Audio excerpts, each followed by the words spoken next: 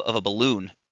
Here comes Elon Musk and like allows quote unquote free speech to just go rampant on Twitter, and it's just like letting out all that pressure, and then they can control it. They control the pressure. They control, how they can just categorize people based off of their social media platform. And you might think you have reach, right? But they say free speech, but not free reach. That's what they say on the platform. So, I mean, it's all a game, man. Like, how many people are we actually talking to online versus bots? All that stuff. So I don't like politics anymore, SE. It's just like, unless you're I looking hear at you, bro. local I hear you, politics. but you got to understand that a certain group is running your government. The greatest We all country. understand that. Yeah. I don't think there's one person in here that doesn't understand that there's a small group of people disguising themselves as whatever they need to disguise themselves as in order to keep and gain, maintain their power. Whether they want to identify themselves as Jews, Catholics, uh, what's the other one?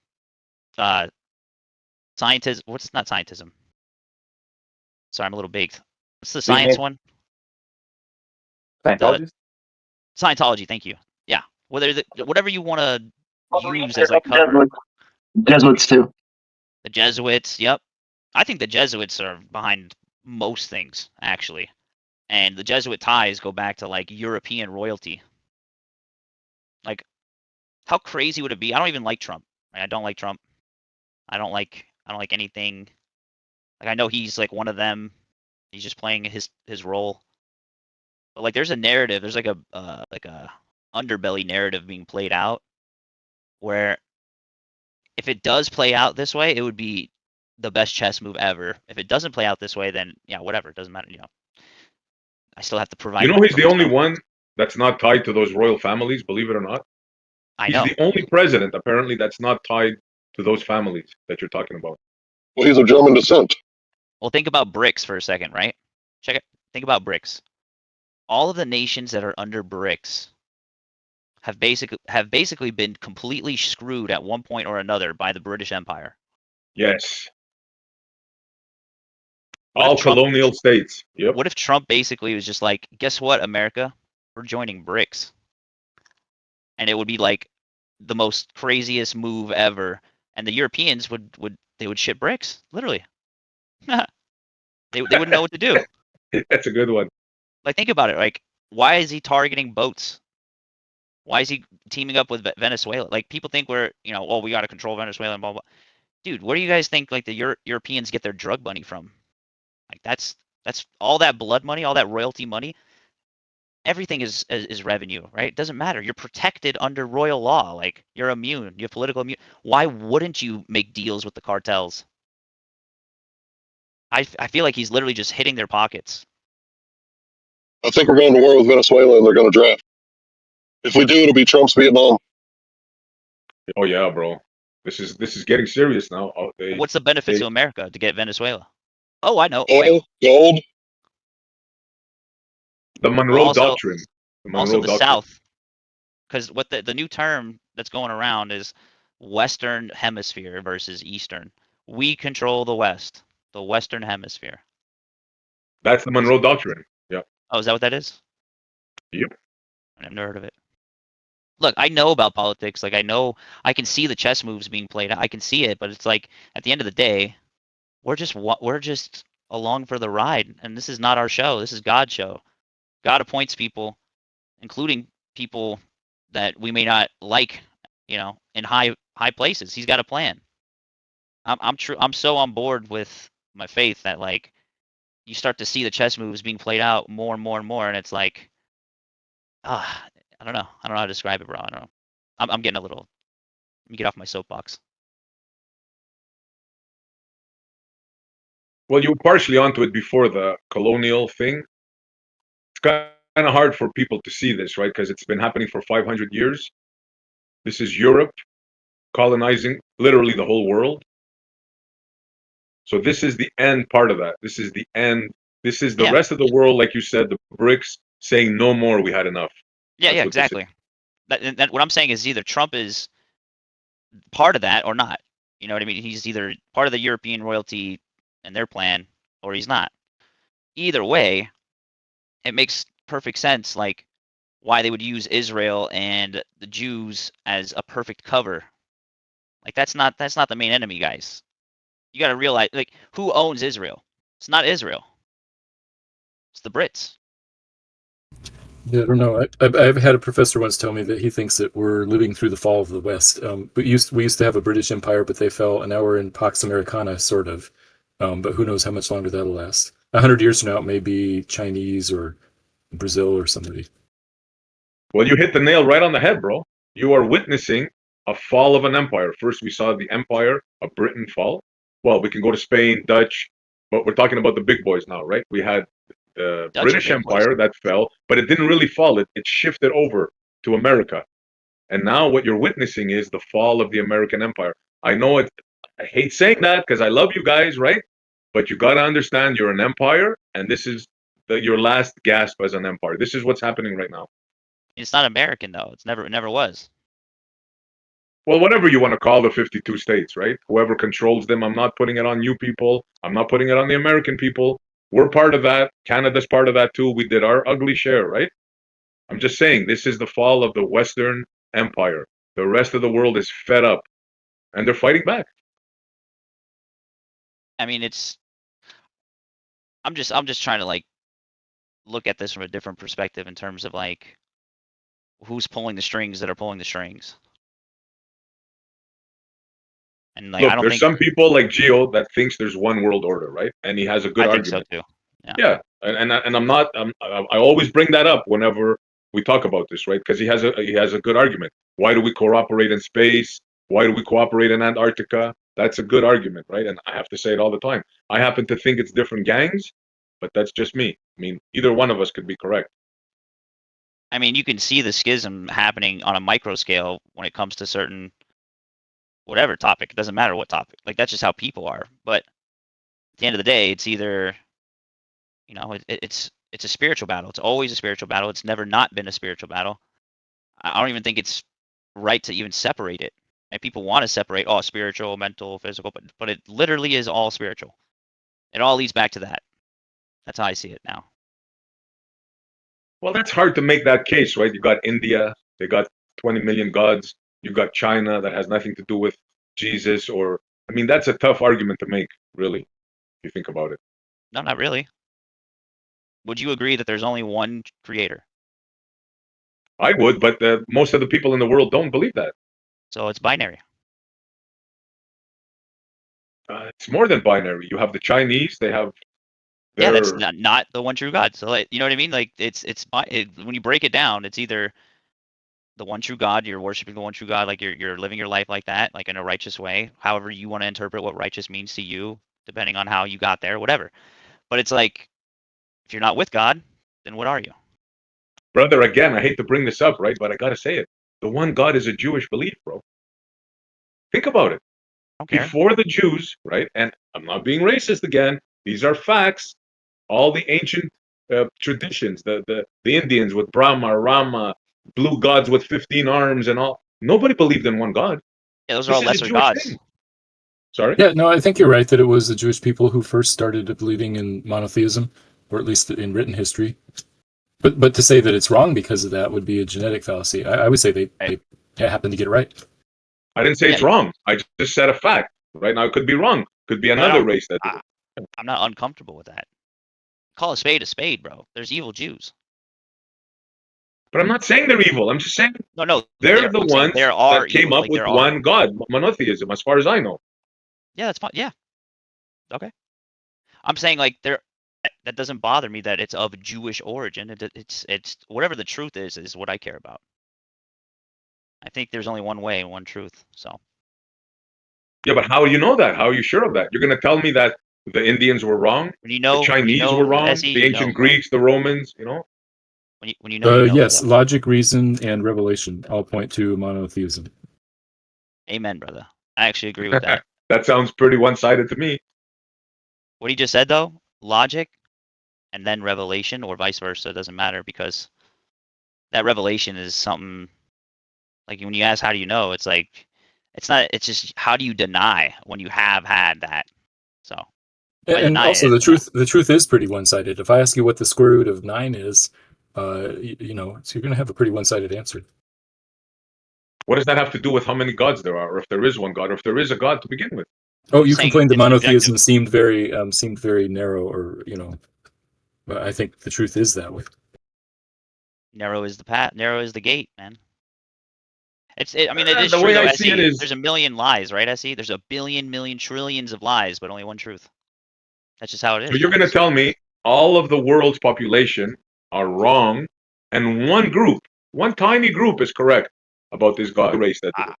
I'm not uncomfortable with that. Call a spade, bro. There's evil Jews. But I'm not saying they're evil. I'm just saying No, they're the I'm saying ones there are that came evil. up Like with there are. one god, monotheism, as far as I know. Yeah, that's fine. Yeah. Okay. I'm saying like that doesn't bother me that it's of Jewish origin. It's whatever the truth is what I care about. I think there's only one way and one truth. So Yeah, but how do you know that? How are you sure of that? You're going to tell me that the Indians were wrong, the Chinese were wrong, SE, the ancient Greeks, the Romans, you know? When you know, Yes, brother. logic, reason, and revelation all point to monotheism. Amen, brother. I actually agree with that. That sounds pretty one-sided to me.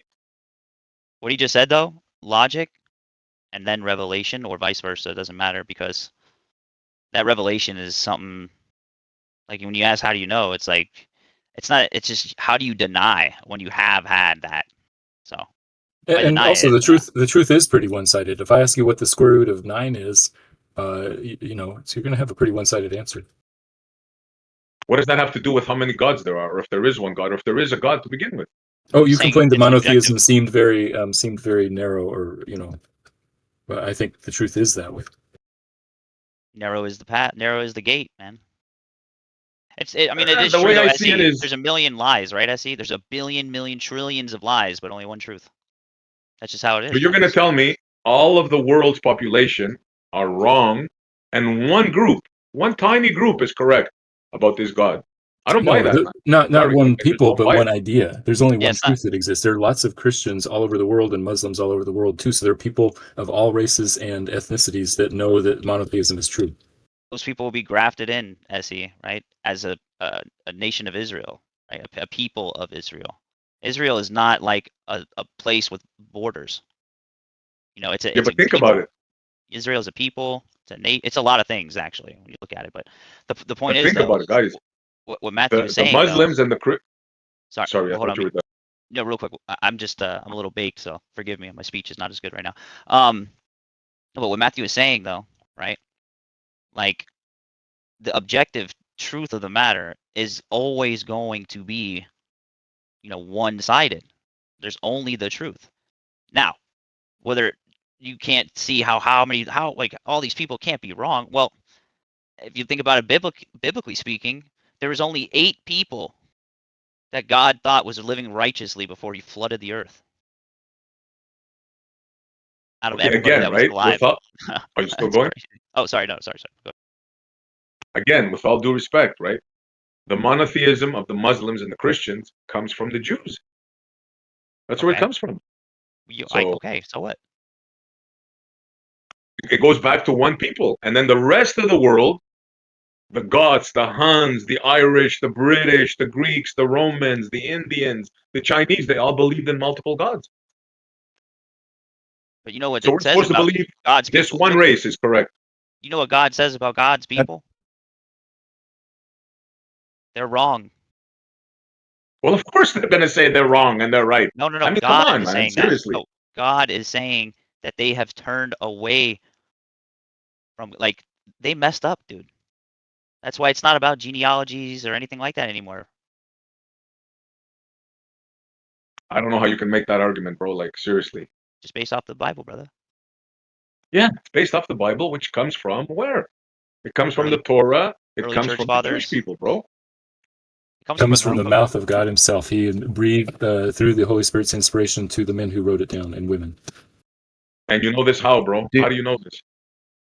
Do you know that? There's a lot of different reasons. Someone trying to get in? Yeah. Do Oh, you yeah, know go that the Chinese characters go back 4,000 years and actually depict things in the Bible? Yeah, They were it's like actually similar to like Hebrew pictographs or whatever. Yeah, I've seen something. yeah. Like Well, the Chinese are pictographs, but do you know that they actually depict things in the Bible, and they go back 4,000 years. And the scholars in China are basically saying that they were a monotheist society up until about 2200 or something BC, 200 BC. That I didn't know. And how is it that they can have Bible script before the Bible? That Yeah, I doesn't know make- that's the problem. Yeah, I the watched problem. a part do a whole talk on it, and there is Chinese scholars that actually know all about it. It was very interesting because he actually it's really strange because I watched that documentary, and they basically there's a pictograph that they have which is like a cross and a tick in the top of it, like a dot. And the dot means blood, and the cross means cup, right? Which is basically saying that's the cup of Christ.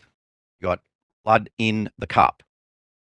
And the next day, I watched a documentary on the Knights Templar in America. Now, in the Knights Templar writing, they have a cross, like when you're writing an X, but the X has a tick in the top of it. Yo, Why would Doc. you Oh, sorry. put yeah, but why would you put a tick like on the side of your X? And what is the Knights Templar known for? The Holy Grail. It was really weird when I watched it because it was like in the same week. You can look it up. I mean, the bloke goes through a whole series of uh, um, like pictographs from China that go back, and they're dated back like 4,000 years. I got it right Just- here. It's a little small, but I'm gonna post them for you. Yeah, So it check. was quite. Sorry. Yeah. You were saying it was quite what? Sorry, I'm lagging a bit. That's okay. Here. It's pretty wild. It has like Genesis 1. It has Yep. Genesis 2. I'll just post them right here. It has create, walk, talk, living, dust, man, garden, dual,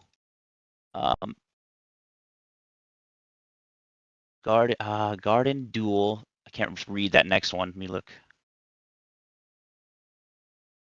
Breath, enclosure, person. Yeah, it's pretty wild. I'll read this. I got this from this website. It says, these creation through Babel events observed in Chinese pictographs include many themes and associations that readers of Genesis will recognize. God the creator, creation of heaven and earth, including a garden man-made from earth, man with stewardship responsibility, warning provided by God, hand, and a tree, man and woman as demonstrating completeness, covetousness involving trees and woman, temptation represented by garden, trees, and devil, death involves hands, tree, and mouths, thorns indicate weeds and punishment, alienation shown through man, woman, and garden, goodness involves woman and seed, sacrifices represented by God, hand, and blood. Lord is designated by God and blood. Me plus sheep equals righteousness. That's like Yeah. the simple fact that it says that, like, that's insane. That just Yep, leads more credence to my faith, brother. Yep. And they said that was monothesis right up to 200. Oh, that's what he said. Right up to about 200 or 300 BC. It goes back 4,000 years to Chinese characters. A lot of the Old Testament, there's a lot of people I listen to. I don't go right into it, but I listen to them, and they're basically saying that a lot of the stories in the Old Testament are stories from ancient times, like the Norse.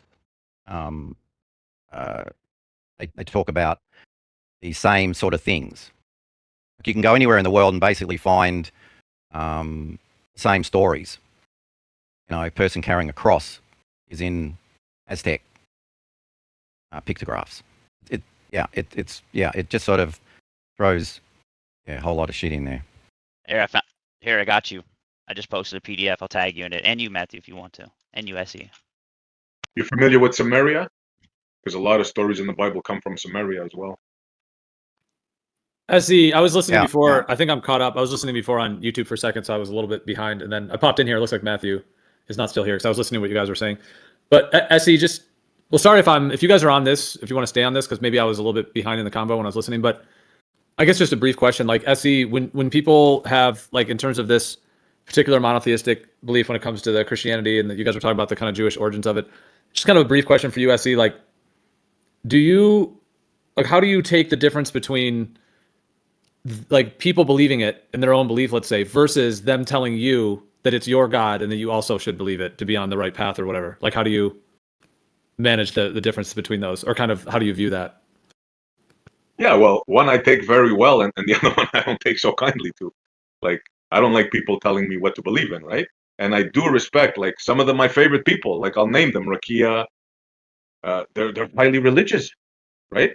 So, yeah, I respect their beliefs, right? But like anybody else, I wouldn't want to have their beliefs forced on me, right? So that's when I get a little defensive and maybe overly so.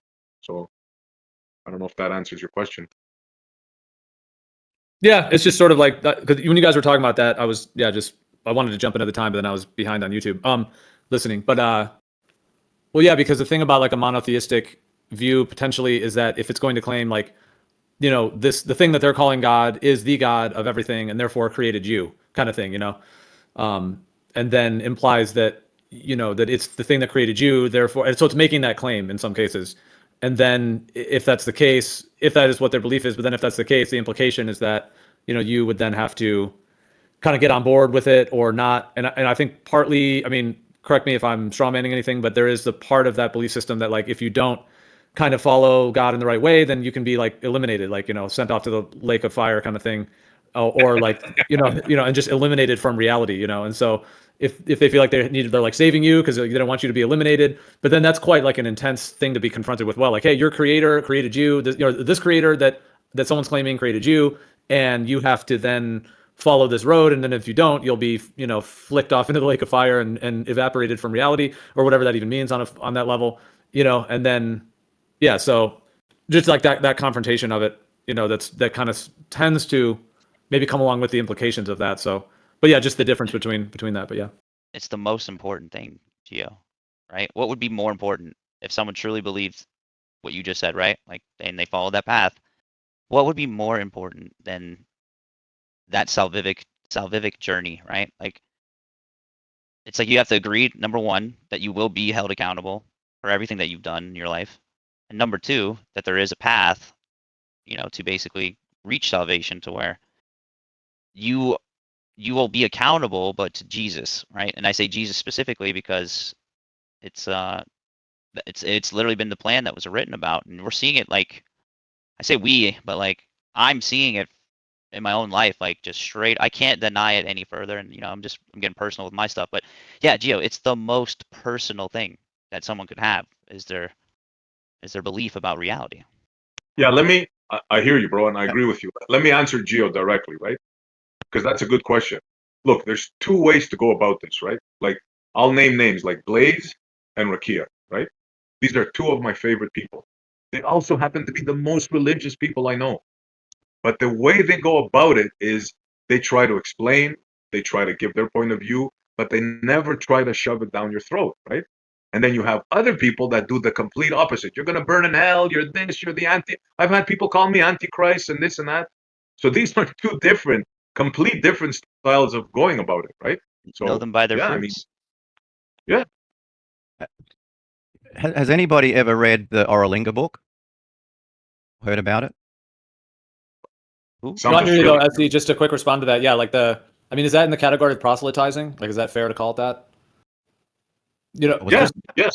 I yeah. And guess, so yeah. just if you want to move on to what he just mentioned, but I'm just saying, like, just to respond real quick. Oh, okay. Yeah, so there's like a spectrum of like proselytizing basically, or approaches to it. You're saying within that general tradition, or folks that are into that, there's like a range of proselytizing kind of, you know. Yeah, I think that's fair to say, yeah. Has Where did that term anybody even come ever? from? Oh, sorry. Oh, sorry. Has anybody ever read the Oralinga book? That sounds Australian, native. No, it comes from the Norse. Oh, I'm way off. Oh, No, I haven't heard of it. I'm from Australia. Anyway, the Oralinga book supposed to go back 6,000 years. It's a really interesting little book. It's not very long, but it actually depicts a monotheistic religion, and it's called Rwalda.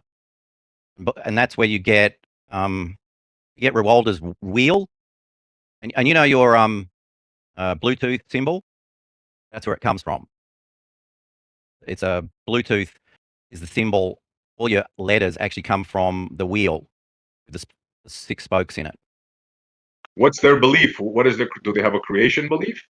What do they believe? It doesn't really go into that. Rwalda is the god and then I read it ages ago. It's a very quick book. It's actually, when you buy the book, it's actually translated from Old Norse to, and one side of the page is Dutch and one side is English. It's not very long, but it actually talks about even Jesus Christ in there. It's all dated. There is a lot of people that study it. A lot of people reckon it's fake because it's called the Oralinga book, which is the Oralinga is the name of the bloke that actually found it.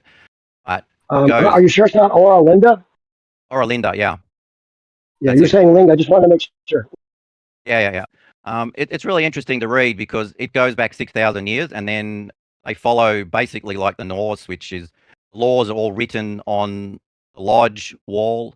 So you don't have any other laws. It's a matriarchal system. They have a matriarchal, which a woman that is in charge of the whole society. They have a king, which is only in charge of the army. They all talk about, they got to keep. They talk as if they have got to keep their certain bloodlines because there's certain bloodlines that are evil. It's I'm not an expert on it, but there's a lot of people have gone right into it. But it basically does depict a monotheistic Yeah, brother. god 6,000 years ago. It always goes back Like- 6,000 years. Always. Yeah. It's I don't know if anybody's read it or it doesn't take long to read it because in the book it even tells you that the book should be rewritten and rewritten to pass on the knowledge, but it should never be shown to priest. It says that in the book. That's in the beginning of it. Should never, you cut out there. It should never show what? The book should never be shown to clergymen. It says that in the book. The book should never be shown to, I To couldn't. clergymen because they will destroy it. That's what they're saying. What? But we didn't get to who. A Yeah, clergyman. He said a Oh, clergyman. clergyman. Okay. Yeah, he's Yeah, breaking clergyman. up. Yeah, Doc, you're Yeah, breaking up a little. Yeah. So it's an Australian accent, mate. Yep. Well, the way I'll post Aussie. the wiki for what he's referencing. Oralinda. It's Yeah, spelled it's- kinda, yeah, the It's really spelling. interesting because it goes right through. They got basically kicked out of their land, and then they actually migrated down to the Mediterranean and started up, places down there and passed on their knowledge. And they had. It's interesting to read because it gives you the way their society worked was like totally benevolent. But even though it was a benevolent society, they knew they have to keep on tack with evil, basically, even though they were a benevolent society. It It's kind of lines interesting. up with the Tower of Babel story. I mean, Well, it could be, but they have no one really owns anything. If you get married, you are automatically given some land and a house. You never bought a house. Actually, mansions were actually frowned upon in society. What else? The matriarch could not marry, and she couldn't have children. If she did, she had to then step down. And a matriarch would only appoint it if she was competent in doing the job. So if they couldn't find a matriarch that was competent, they wouldn't have one. It's very interesting to read and study it. But I haven't really studied it. I read it. It doesn't take long to read it, but it gives you an idea of a society back 6,000 years ago, which they were supposedly 6,000 years ago. So you don't know because a long time ago. But yeah, it goes into a lot of detail of them having to move down, and you have to go right into it. A lot of people have studied it, but it means that Rwalda was this one world god that they basically did everything basically. And Rolder So is there was one God, one leading Yeah. God. And, yeah. And there was three. He had three daughters. One daughter was the Phryans. They were from the Phryans, and the other two were like evil daughters. they one lot of the one daughter you couldn't trust. The other one, they had certain traits, and you couldn't trust them. And all the rest of society was basically outside their society was how could I say was made. Jacob, Abraham, was and fr- Isaac, bro. You know what Yeah, I it mean? was It's from the same. Yeah, I see. Yeah, what you're it's saying. you could apply it to anything really, but yeah, but hold on, the it- Christian God is one God. Doesn't have Yeah. sisters or brothers or family, right? Yeah, but I mean, I see you were mentioning before, like Oh, the Eastern traditions, like Hindus, and you were mentioning that that they have like Shiva and all of that. But I mean, they have in a way a god too, like Brahman, which is like Exactly. the ultimate source Yeah. of all beings. So I mean, they have a central. It's not really like a guy though. It's not like a figure, like a person. But it's like the source of all consciousness that everything stems from. And then all these other like archetypal sort of gods and goddesses, like Vishnu and Shiva and Ganesha, and all of those are like expressions of that one source. As One like to a three, multitude. one to three, one to three. Yep. Is that how it is? It's expression of that one. Yeah, Yeah. Vishnu, Yeah. Shiva, Brahma. Yeah. Of Brahman that we all are. Like in their view, it's like Brahma is the ultimate, sort of universal consciousness, but that we are it. But and then they have Atman and Brahman, which we've talked about. So like Brahman is like that What's ultimate Atman source. again? Well, Atman is like the individuated, like holographic. Well, I'm saying the word holographic, but Atman is like the Like the nodal point, yeah, your like the individual individuality, nodal. like you're connected, like the net, kind of like Yeah, or Atman. like the idea of like the self. You have like the lowercase s self, and then the uppercase s self, like the higher self. So like Brahman would be like the higher ultimate self that we all are on a kind of eternal level. But then we are like I'm a version of Atman. You're a version of Atman, meaning that we are sort of like a experiential. Yeah, we have the breath of life in us. Where did that breath come from? Same thing. Yeah. So would they be Like- considered a monotheistic religion in the true sense of the word? There is only one true source or create. Yeah, I mean, it depends on your definition. Like, it's the thing is, it's like you can acknowledge. Like, I think all cultures and world religions, or even just spiritual faiths or spiritual practices, they all have that similar. What is it? One versus many problem. Then Like, why do they you are call them God. pagans then? Why are they called pagan religions? Which one? Hinduism? Yeah. Well, there's some folks that just call everything like pagan that isn't maybe their tradition. Is that what you're referring to? Like everything else is pagan? Yeah. Well, Yeah. I mean, because Hinduism is like it's partly Same monotheistic, gods. polytheistic.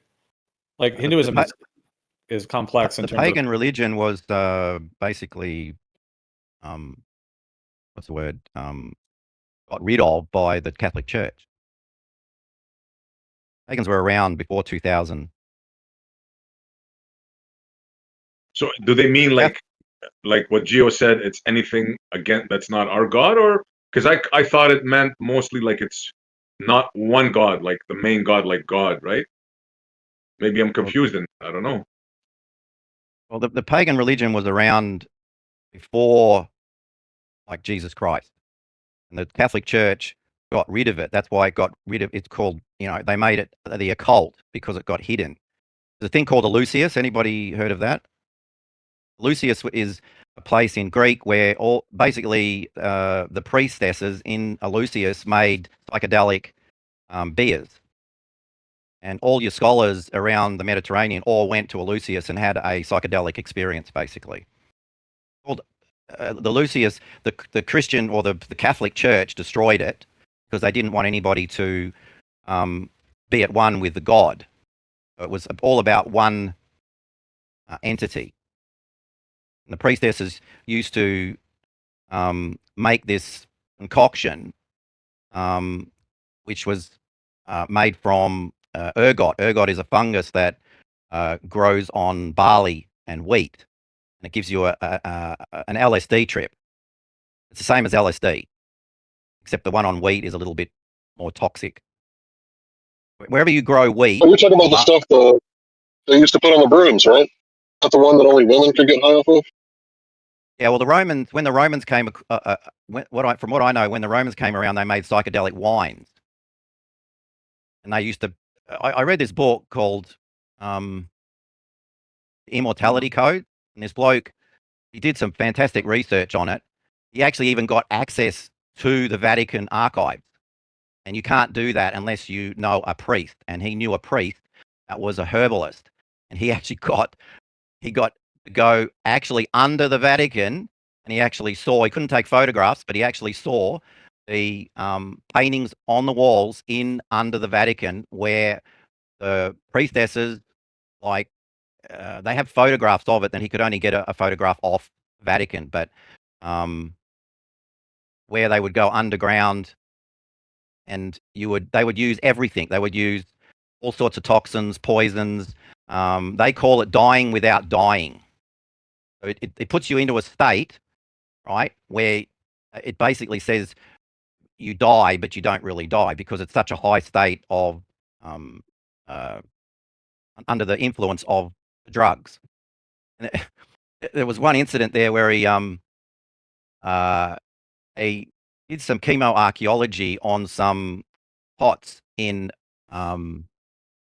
Pompeii, because the Pompeii was covered over with ash, and they can basically tell straight away from what's in the bottom of a jar, like a clay pot, whether it's actually made beer or it's wine.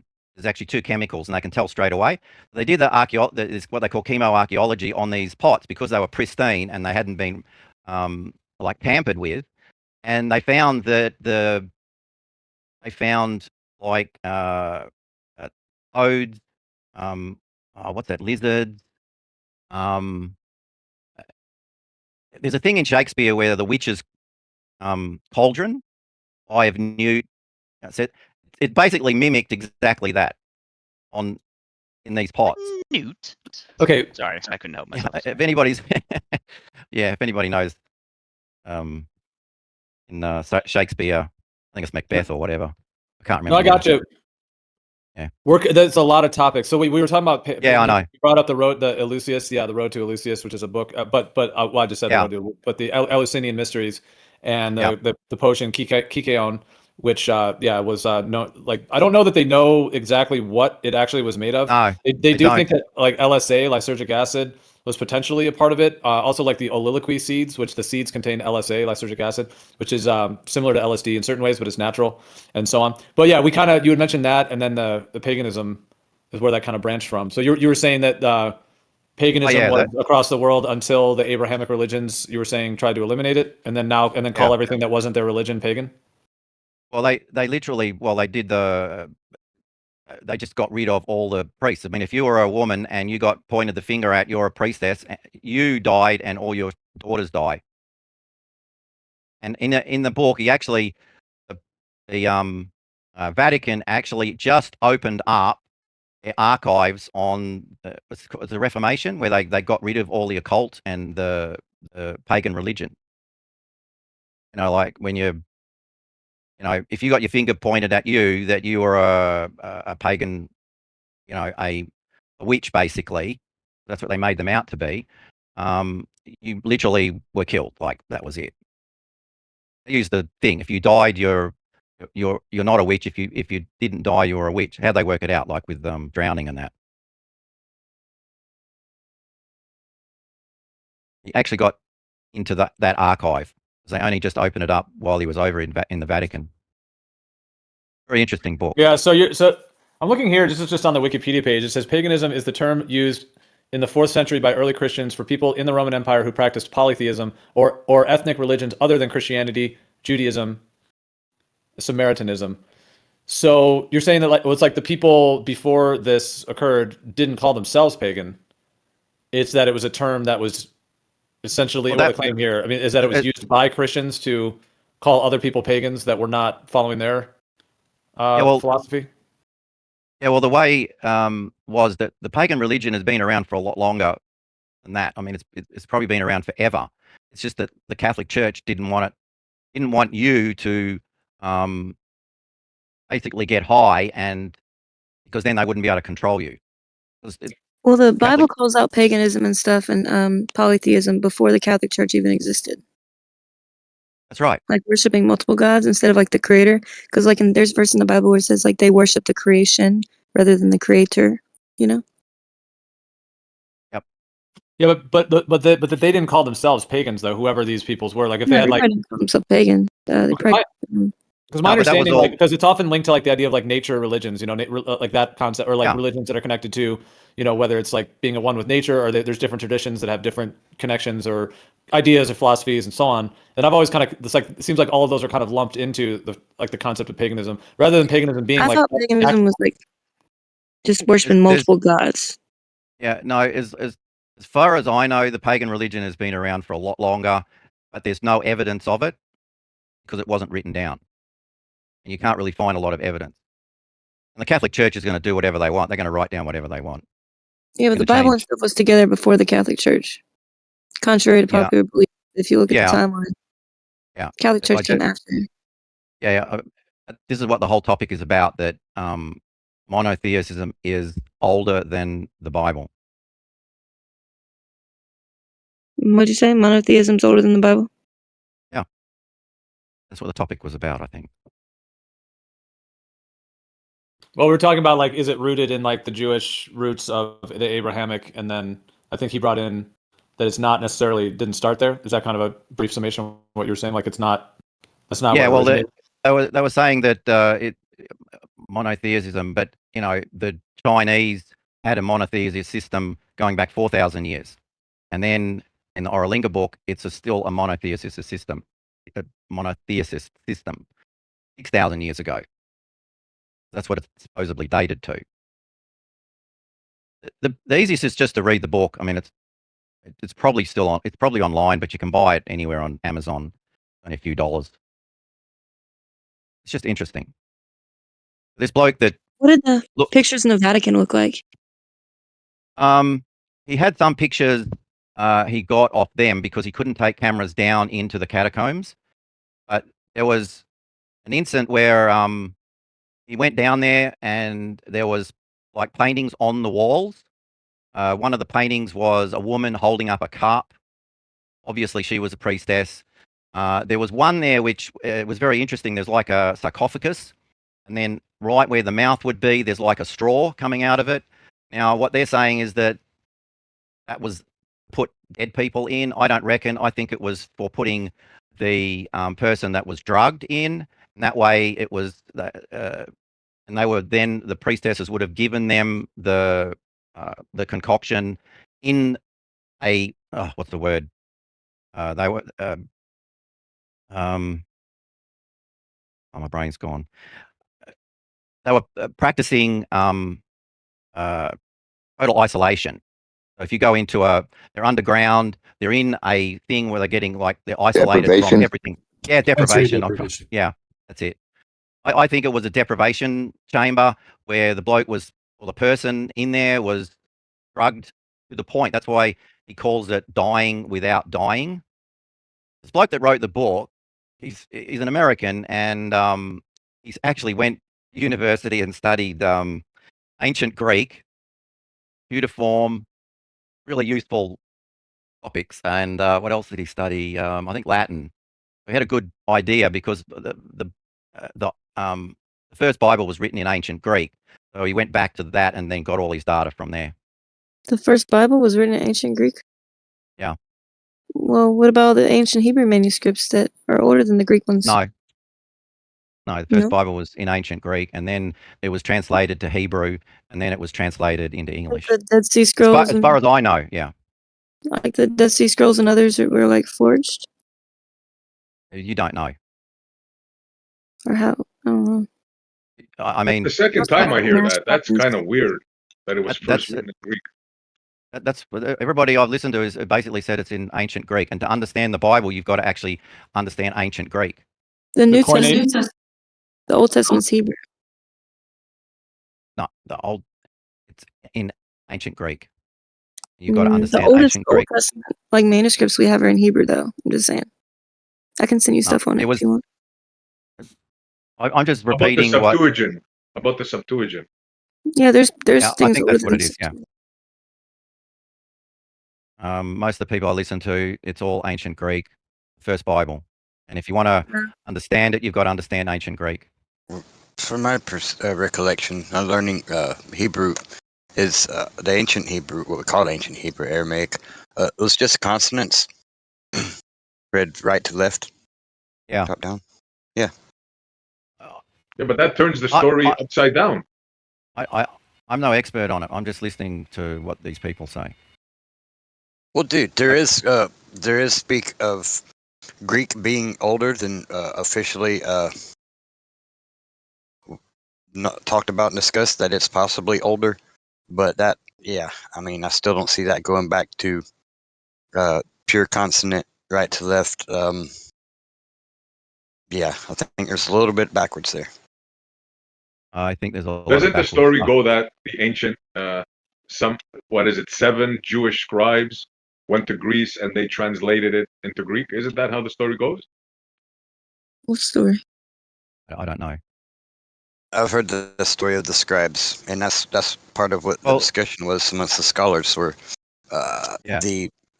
because they're still learning, and we're still recognizing, oh, we were wrong about this, oh, we were wrong about that, but it takes quite a while before that, oops, we were wrong, gets publicly known.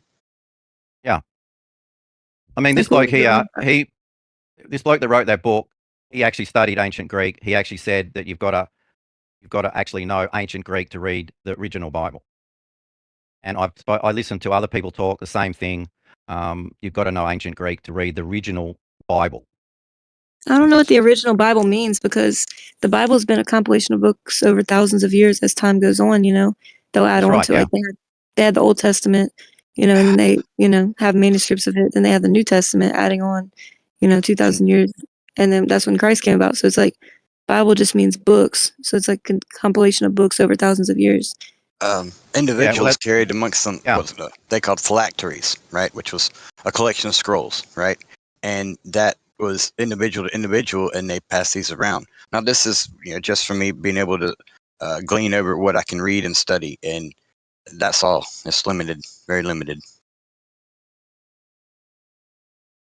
But isn't the Septuagint the translation of the Jewish scribes into Greek, and that's where the first quote unquote translation of the Bible comes from? The Septuagint, which was from the Jewish scribes, and the councils that led up to it. There were many councils. I was before the councils. Well, they were okay. Like the Codex Sinaiticus. Yeah, I was talking about before that. Index Librorum Prohibitum. What council? Index. Oh, that one was later on, where it was actually officially brought over. You're right. That was a later council that it was officially adopted. And what were you saying? The index? How do you spell that? Oh, index. INDEX. Librorum. LIBRO. Wait, LIBRORUM. Prohibitorum. PROHIBITORUM. That's an excellent fucking question. I haven't been asked to spell words in a long time, out of recall. What is that? What is it? It's well, you'll find it. Many different. Basically, the Vatican, or Holy See, before Vatican even, decided what books were and were not allowed to be seen by the normal peoples that were not of the Holy See and worthy of gleaning. In the 1500s, from what I'm reading. But there was Bibles like Old and New Testament, like 300 AD compiled. Correct. And before. Yeah. So that's like 1,000 years later is what you were just saying. Yes, when they actually brought it in, but it was much earlier on where it was introduced, but it was only formally adopted much later. Yeah, I can't recall the year, alleged year, because when we try to date this stuff, it is questionable.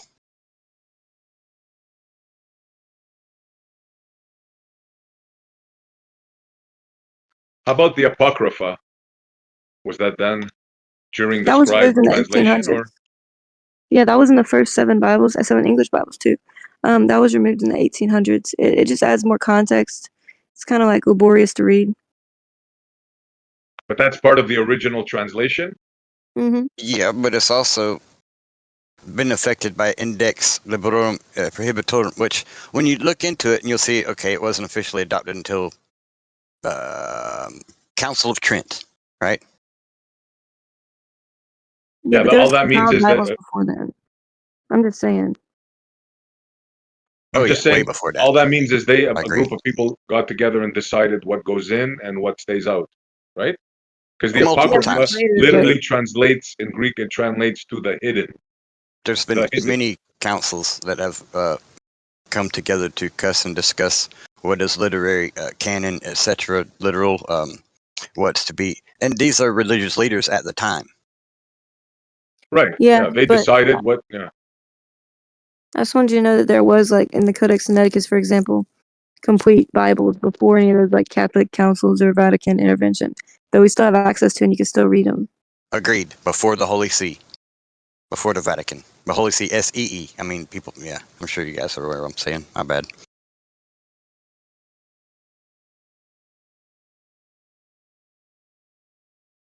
Interesting. Very interesting.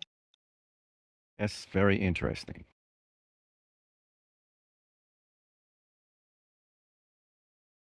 But yeah, evidently, I'm not the only one with questions concerning these things, and I've listened quite a bit because there's been too much emotion, heated rawness, or whatever, to be able to communicate for me. Because I'll get caught up in it, and I know I'll be an asshole, and that's not what I want to do.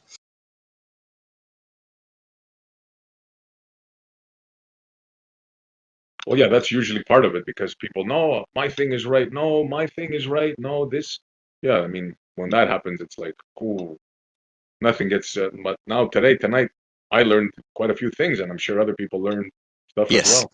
I am learning as well, just by communicating from Taylor. Like, help me recognize. Oh yeah, the actual when it was actually adopted into, we'll say, religious law. I also listened to this other bloke, and he uses gematria, and he basically says that the original Greek Bible has its own gematria. So there's a whole numbering system which runs along with the Bible. Like, and when it was translated to Hebrew, the Hebrew put their own gematria onto it, and they manipulate the words of the text to fit number system into it. Does anybody know about that? Oh yes. Well, I'm Yeah, familiar with so the KJV and what we call the ancient Hebrew. yeah, Read right to left is 7 and yeah, 49. It's 7, one, the first 2 and latter 2 books of what we call the first 5 books or Torah or Old yeah, Testament, and the third is every 49th letter. And yeah. in Well, okay. sequence, they spell out the 4 consonants because they're all consonants, but it's Yeah, yeah, consistently Y, H, W, H all the way yeah. through. Well, the King James version was rewritten to fit. Well, this is my point because I listen to him and he uses 1 to 7 of the alphabet. Like you got 13 letters, and you go 1 to 7, and then 7 to 1, and then that covers all the letters.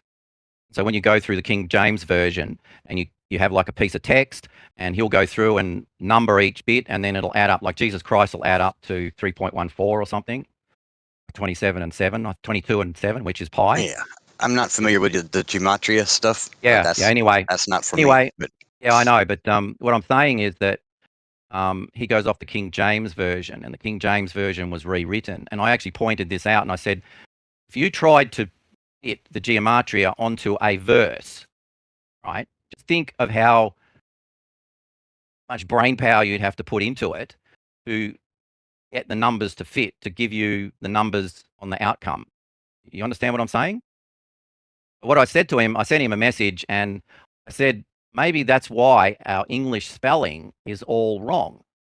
It's all over the place. It's like you go like no, which is K-N-O-W. Why is no K-N-O-W?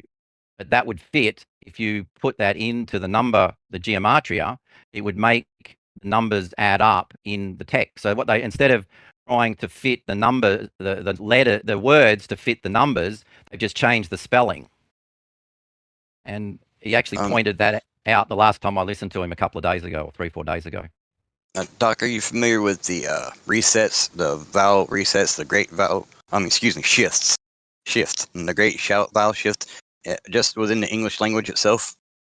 No. How it's altered from what it was to what it was to what it is and what it's Yeah, becoming. I know there's a whole when you start reading Shakespeare and that, no, it's fucking scary, mate. Like, So you recognize, yeah. I mean, I've heard someone it's like when bring you up, read, like you read some of the old texts. It's the F is a S. Why do they change the F into an S right, or in the EU. text? Yeah, there's a whole heap of things in there. Yes, there is. VWs and the N's and M's and the B's and the D's and then crossing over to even more. Yeah. Well, this bloke, he's called Gnostic Academy. Marty Leeds is his name, and he just decoded like Shakespeare's Midsummer Night Dream. I don't know whether you've heard of that. Any of Shakespeare's stuff? It's a play. It's one of probably his best known plays. He just decoded it and broke it all down to astrology. Whole play. Well, the Macbeth was the one that I did the most research on because of what to me seemed the relevancy on what was going on at that time. Yeah. And the stories that surrounded it as well. Like when the Queen put out for for Shakespeare right after the Macbeth play because of what it was. Well, Shakespeare, you know that Shakespeare didn't write Shakespeare. Allegedly, he couldn't even sign his own name except for X's. Yeah, I've got his 3 books here. 5 of all his Shakespeare's works, and on the front of the book, they're made in 1935, and on the front of the books, it's got his scrawl. Like you see some people that are literal. Their writing is like perfect. Like I used to have an English teacher. He could go up to the blackboard and write his name with both hands in reverse, mirror image. And it was perfect. And it'd stay in line. He didn't need any lines drawn or anything. Mate, yeah. It was perfect. You look at his signature on the front of these books, it's a chicken scratching. You go like, this bloke wrote the most, like, probably the most literature books ever in the history of the world. And he couldn't even write his name properly. Yeah. And there's a whole documentary about it on YouTube. Goes for an hour and a half. These 2 university professors of literature professors in England actually decoded the whole of his book and decoded, and they even got a name out that who he might have been. Well, I got 3 suspects, so I need to check out what you're talking into because I got 3 primes that I think might have been all 3 of them. Yeah, they went right through with them. Yeah. Okay. I'm not that familiar. Like I read Shakespeare when I was at school. That was 47 years ago. So it was required, and I didn't like it at the time. Yeah, I wasn't interested, but later in life, I started recognizing stuff.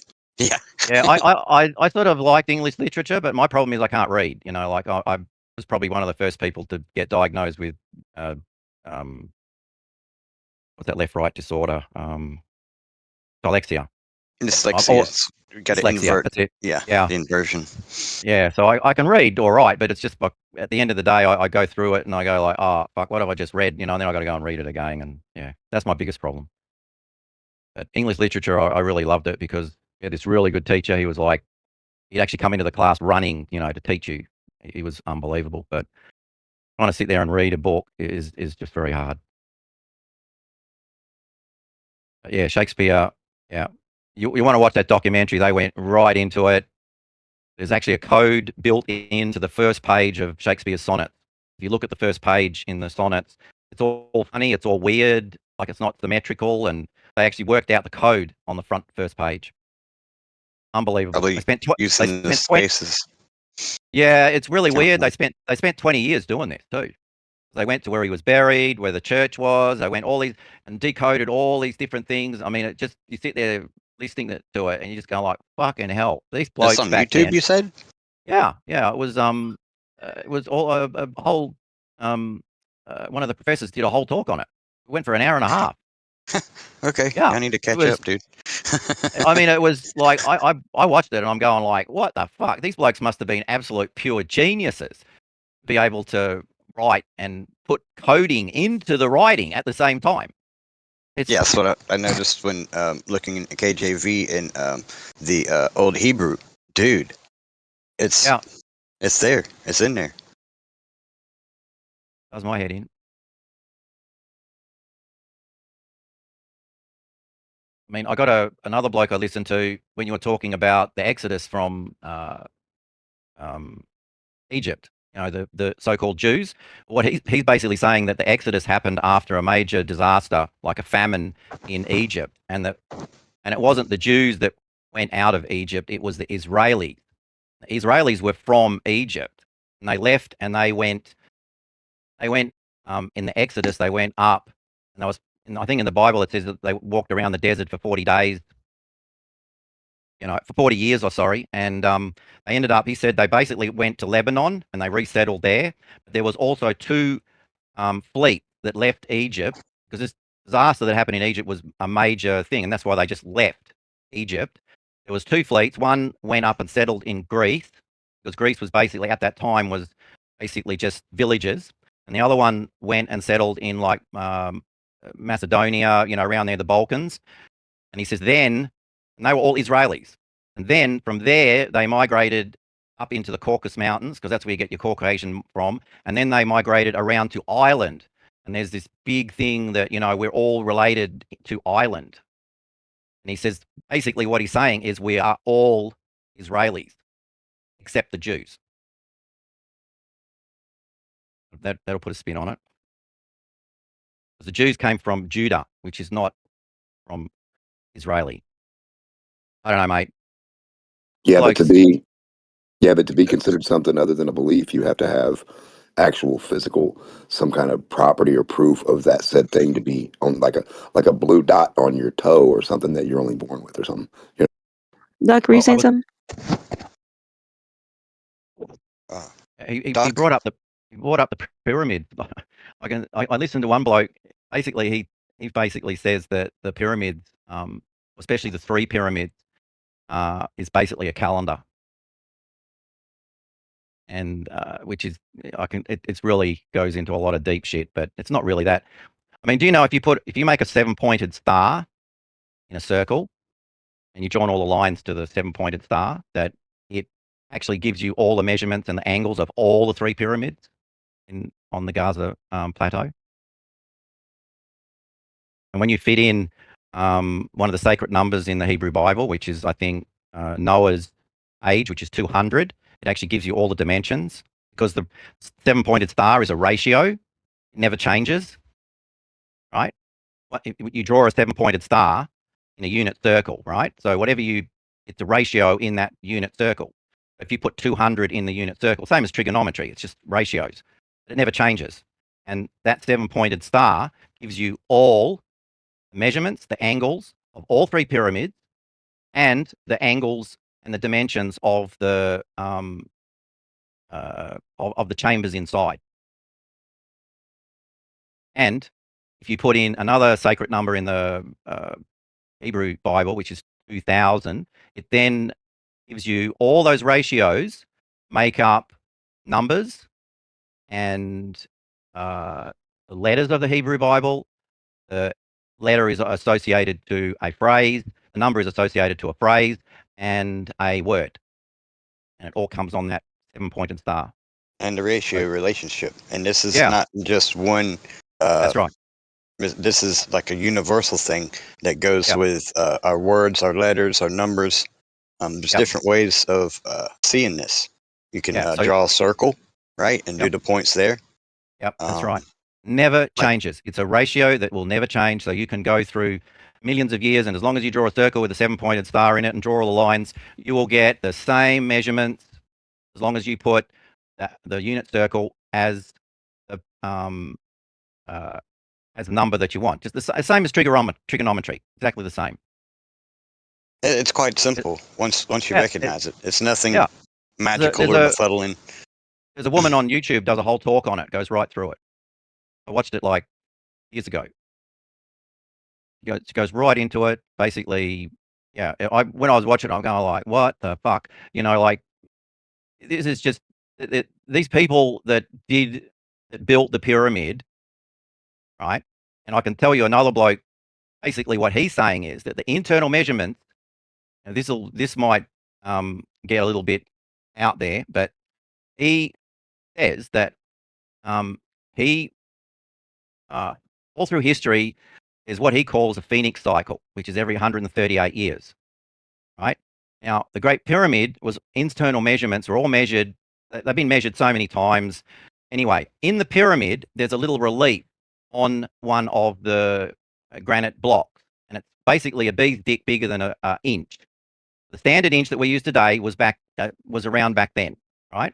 And it's a bee's dick bigger than an inch. And he says, when you convert measurements in the pyramid to inches, Egyptian inch, which is on the relief, right? And you multiply them into the measurements in the Great Pyramid, right? You get all these dates. It's actually a calendar to warn people, warn us. That's what he's saying. He's written books about it. The last Phoenix cycle was 1902. The next Phoenix cycle is 2040.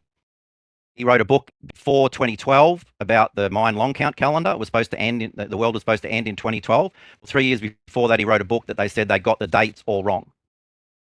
And the reason they got the dates all wrong is because of Noah's flood. Before Noah's flood, there was 360 days in a year. And after Noah's flood, there was 365 days. And when you redo it all and you bring it back to now, the Mayan long count calendar ends in 2046. So in 2040 and 2046 is supposed to be massive back-to-back destructions. Now you're talking one of my buddies' languages, all the way down to the 360-day year. Yeah. Well, pre-Noah's flood, what he's saying and what a lot of other people were saying is that pre-Noah's flood, we lived under a vapor canopy. Vapor canopy is like a fog in the sky. It's just like a big cloud. The reason why there was only 360 days in a year because you couldn't see the sun. We had no seasons that were observable. Yeah, there's no seasons, there's no nothing. Now, I can put my spin on it, right? That's where we got the giants from. That's where we got Megaflora and Megafauna. Megaflora, Megafauna, yeah, because we got evidence of it. Yeah, that's right. And when I was listening to Austin Whitsett, he's talking about gravity being electrostatic. Okay? Well, if gravity was electrostatics under a vapor canopy should be less than what it is today because we haven't got the vapor canopy. Okay? Because if we have less dielectric material in what we call air. That's right. Yeah. That's why we got giant. That's weird. That's why we got giant. That's why we got Megaflora and Megafauna, and that's why that's where all the megalithic construction comes from. Because there's all this megalithic stonework all over the world where, Baalbek, for instance, or the Jerusalem Temple Mount. That was the Jews never built that. That was built pre-Noah's flood. Machu Picchu. They got stuff Machu accredited to Inca, which well, there's like Machu Picchu predates them. You ever heard their dials? Yeah, I can give you another good one. This is one of my theories. I just came up with it. In the Bible, it says, I think it's not Alethea. Who's the one that has got the wheel within a wheel? I can't. Ezekiel. Ezekiel's wheel. Right? Yeah, Ezekiel's wheel is a wheel within a wheel. If you go to the Mayan long count calendar, I think it's the Mayan long count calendar. It's a wheel within a wheel. You want to look it up? Don't get it mixed up. A lot of people get Mayan calendar mixed up. Yeah, I know. And okay, you know what I mean. Yeah, but I was sitting there one day and looking at something, and I'm going like, the Mayan long count calendar is a wheel within a wheel. It's like a big cog, and then there's another cog, and then there's another cog inside it. And it's an ingenious way of keeping track of time because the cogs all intermesh. But anyway, that's just a off-the-shelf thing I came up with. We got evidence in other places too. It's not just there of our ancestors, their arts and ways where they were able to calculate and predict things cosmologically and terrestrially. Yeah, well, you see, the Mayan long count calendar keeps a 400-year cycle. That's what they track. And that 400-year cycle ends, this is according to him, ends in 2046. Now, there's what they call the Mother Shipton prophecy. Mother Shipton prophecy was back in the 1500s, and she basically says 1 century after a great war, and this is scary shit, 1 century after a great war, which is 1940, 1 century after a Great War, there will be back-to-back destructions. 1 century after 1940 is 2040. Can't make that shit up, can you? Well, the pyramids are also supposed to be dials, like when the sun goes certain The angles. pyramids, the pyramids are just unbelievable. The maths in them. The Great Pyramids were actually supposed to have been underwater. That's why the Sahara Desert is there. He basically, it's not just him. He reads a lot of the older books, like in the 1800s and 1700s. And these blokes that wrote these books back then, they were fucking unbelievable. You know, the information. Now, when you look at the vapor canopy collapsed after Noah's flood. That's when solar worship came in. That's just a little proof, sort of, that after solar worship, because you couldn't see the sun under the vapor canopy. But they reckon you could see the stars, but not the sun, because it's just like a cloudy day. You can't see the sun at all, can you? Oh, I mean, I think that the 3 pyramids make 3 stars above them. Yeah, that's the one theory, whether it matches Orion's belt. Yeah, and if the only way to find out is to cover the top, and then if Orion's belt disappeared, that'd be pretty freaky, wouldn't it? Yep. But I mean,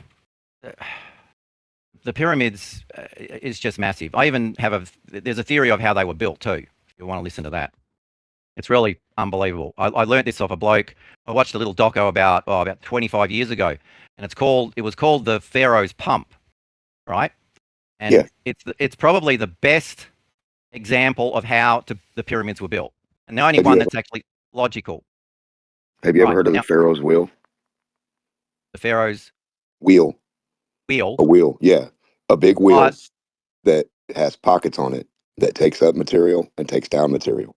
And just by spinning. The Pharaoh's wheel. Yeah, I think that's yeah, I know that one. They put the blocks into, they call them something cradle. Yeah. And you just roll you basically you just pull them up, and it's like a rack and pinion, and they roll it up. It just keeps them coming, yeah. Yeah. But anyway, this is completely different. Like what this bloke was saying is Queen's Chamber under the Great Pyramid is actually a water ram pump. Now, does everybody know how a water ram pump works? The water ram pump is like you've got a pipe and you've got water coming down the pipe, and then you stop the water. The inertia of the water then it's going to cause it to jerk really hard, and it's going to have a hammer type effect. Yeah, and you can utilize this if you put in a check valve. It is. Yeah, you put a check valve in, and you can buy them still. There's some places still make them. They're quite popular. But this is where it really gets interesting.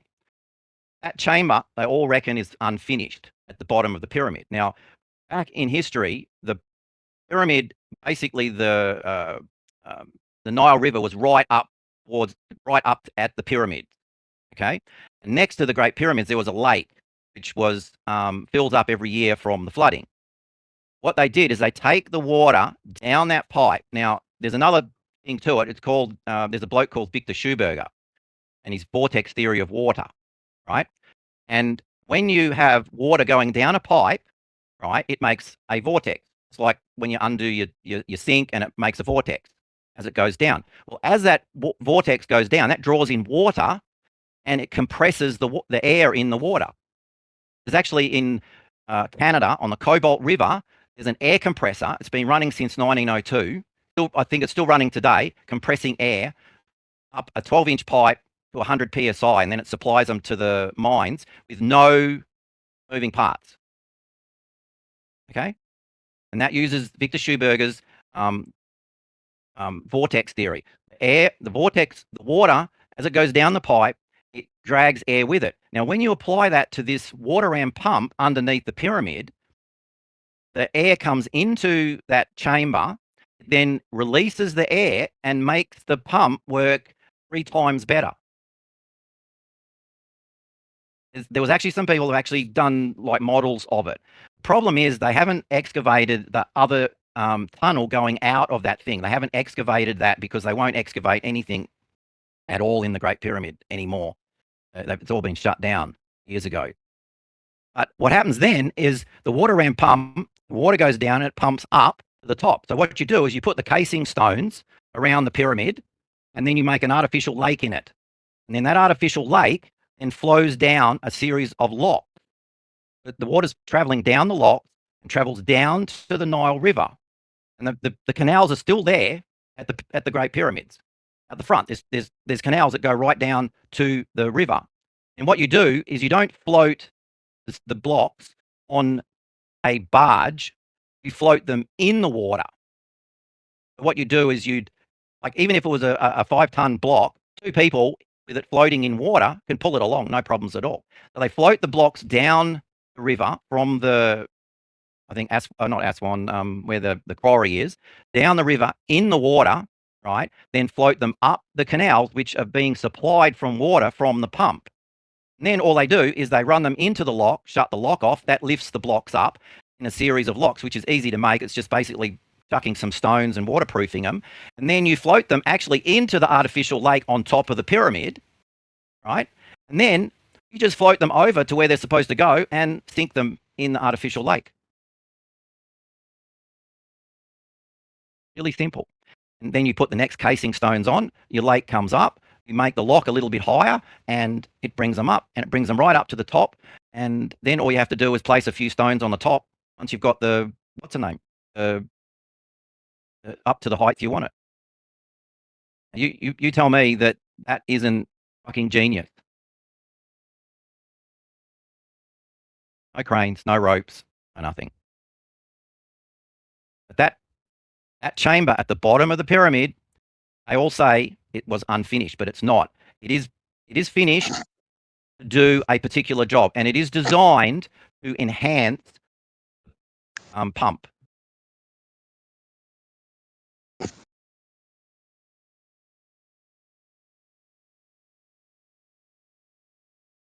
And Evidently, what you're speaking of is long before the damn dams.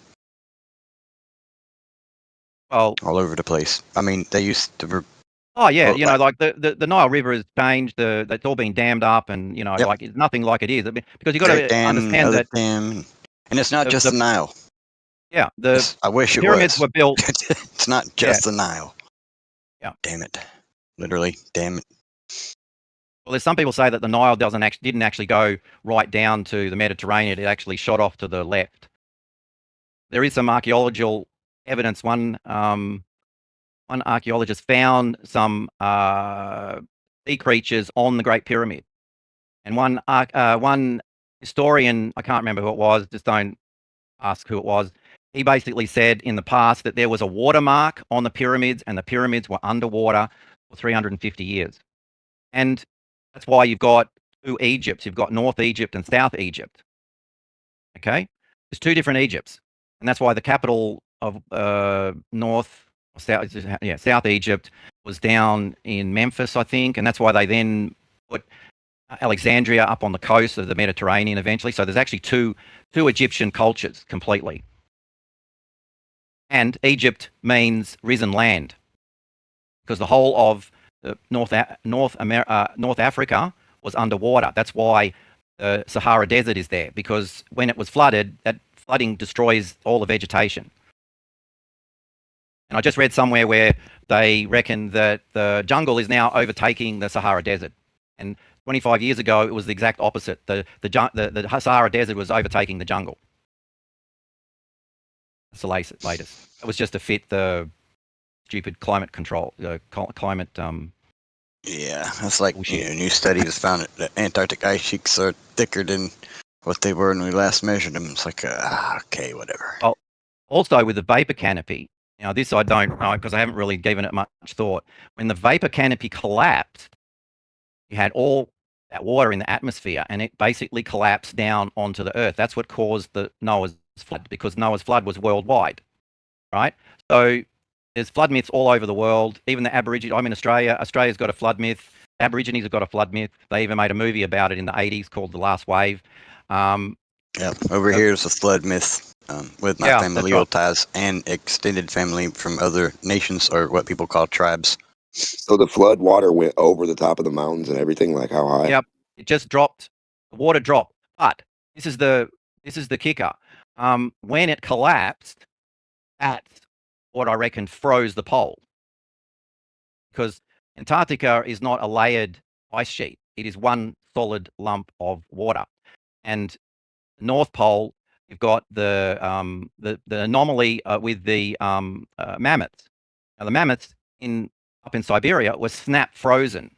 This has been known about for 200 years. They'd still digging up mammoths today, and you can actually eat the meat. They did not die and then get frozen. They were snap frozen. And there's even trees that were literally snap frozen that were in the tundra. Permafrost is what they're calling it. Yeah, well, the permafrost is actually in some places melt, and then it washes away down, and then it leaves the mammoths exposed. Yep. The Russians go in there and they get out the massive tusks, and they actually reckon they take the meat. The meat you can still eat, basically. It's just been snap frozen, literally. You look at all these little bits of evidence here and there, and yeah, it all starts to sort of you come to sort of a conclusion, but I don't know. It just depends on, this flash bloke I frozen listened in situ, that's pretty serious event, I would say. Yeah, that's right. Everybody thinks that a mammoth is a cold weather animal. It's not. It's a temperate climate animal. So up there, that was all temperate. It was all. It's even like the Eskimos, right? If you imagine you were living up there as an Eskimo, not an Eskimo like now, but as a person in a village in a temperate climate, you've got this nice little village, and imagine in 2 days or 3 days or a week, everything froze. What would happen? Eskimos were what I call climate locked. They couldn't move. They couldn't go anywhere. They had to basically control or change their whole lifestyle. Evolve or die. Yeah, evolve or die. Evolve or die. And that's what they did. And they just took on, you could look at that as epigenetics, because they just changed over the 4,000 years to live in that cold climate. And how would you know where to go? If you just imagine you're sitting out in a village somewhere and all of a sudden you think, oh, the whole place just completely freezes, what are you going to do? You're just going to change your whole lifestyle. And humans can do that. Animals can't. There's only a few carnivores that could actually do that. And that's what you get mostly up in the cold climate is carnivores. Yep. Because I lived in right south of the Yukon. I lived in Fort McMurray, Alberta for a while, and we literally had to stop the car in downtown traffic for the wolves that were hunting the caribou. Yeah, that's right. Anyway, that was just part of the of how it was. It was because the cold climate, that is the more predatorial situation, because they have less vegetation. And that's again, when you look at the collapse of the vapor canopy, you had the giants who were, if you look at a Egyptian temple, like I've got one up here on the wall, the floor plan of an Egyptian temple is a resonant chamber. It's the same chamber you would use in a microwave transmitter.